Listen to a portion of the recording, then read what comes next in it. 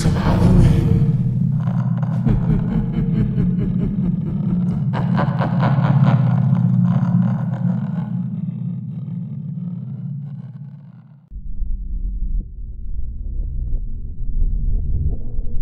Silence.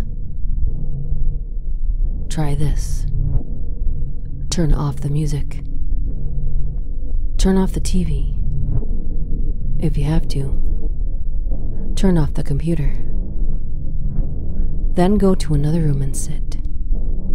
Sit in total silence. Do you hear that? That ringing?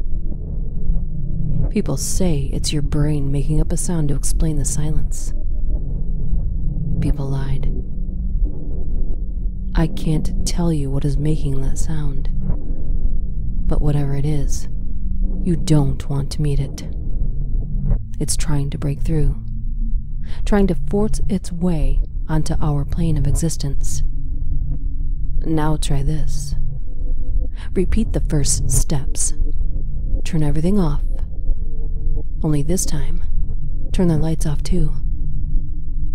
Still hear that ringing? Better hope you do. If you don't, it's because they've finally managed to break through.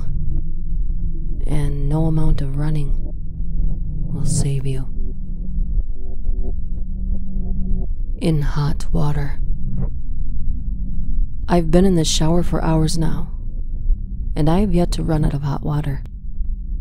I can't leave. Something sits on the toilet seat only feet away from me. He's watching me. I peeked through the curtain earlier, just to get a glimpse of him. I wish I hadn't. He had gray skin. Only a few patches of long, thin hair on his head. He had nails that could have been at least a foot long. There were blood on those nails, with pieces of my wife's flesh still hanging off the tips of his nails. Every once in a while, he'll make a creaky chuckle clearing of the throat to show he's still there. I don't want to get out, but the water keeps getting hotter and hotter, and I'm starting to blister.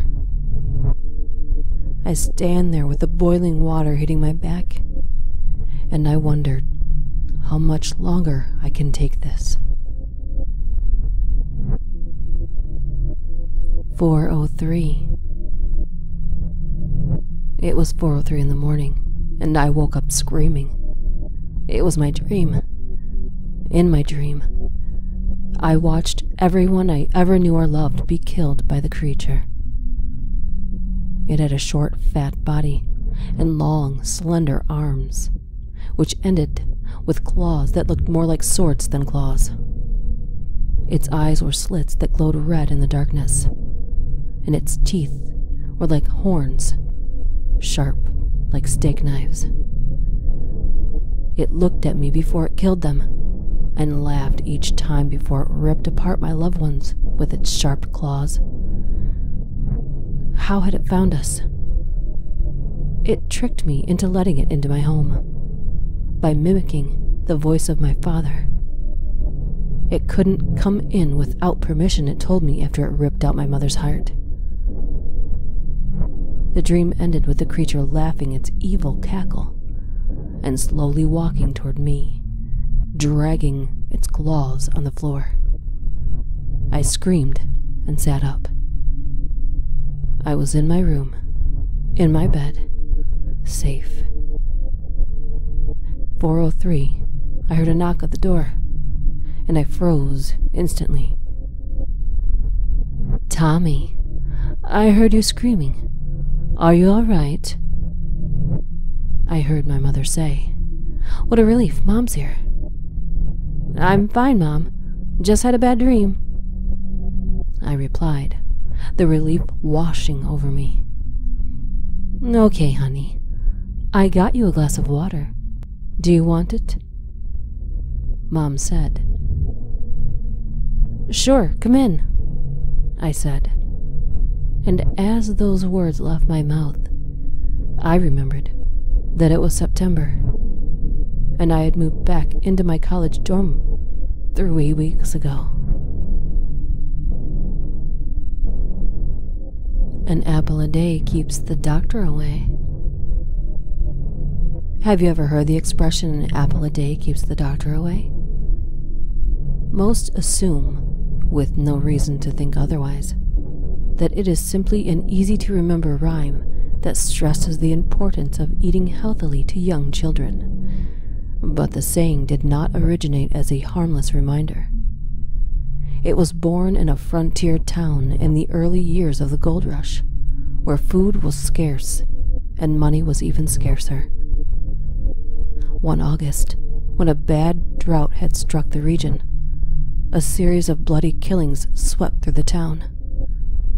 Every night a single house would be broken into, and anyone who saw the invader would be swiftly, brutally slain.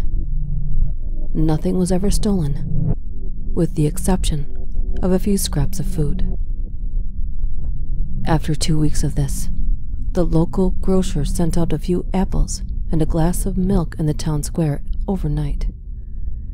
He then hid in the tower of the church, hoping to catch a glimpse of anyone who came by. Fighting fatigue, the grocer waited for any sign of life below. Just after midnight, he was rewarded by a chilling sight. A man carrying a black bag stuffed with dully shining metal tools and covered from head to foot in cloth bandages staggered into view. He paused at the sight of the apples and milk, then whipped his head around as if looking for the one who dared to patronize him. Seized with fear, the grocer ducked out of sight, staying hidden till sunrise. The strange man had only taken one of the apples and didn't even touch the glass of milk. No houses were broken into, and no one was killed. For decades, the town continued to place an apple out at night, even long after a single apple stopped disappearing. Unfortunate. Let me tell you my story. My story begins with Jessica. Jessica always forgot her glasses. Too bad she couldn't see me. Then there was Philip. Philip had long hair. Too bad it blocked his vision. Then there was Molly.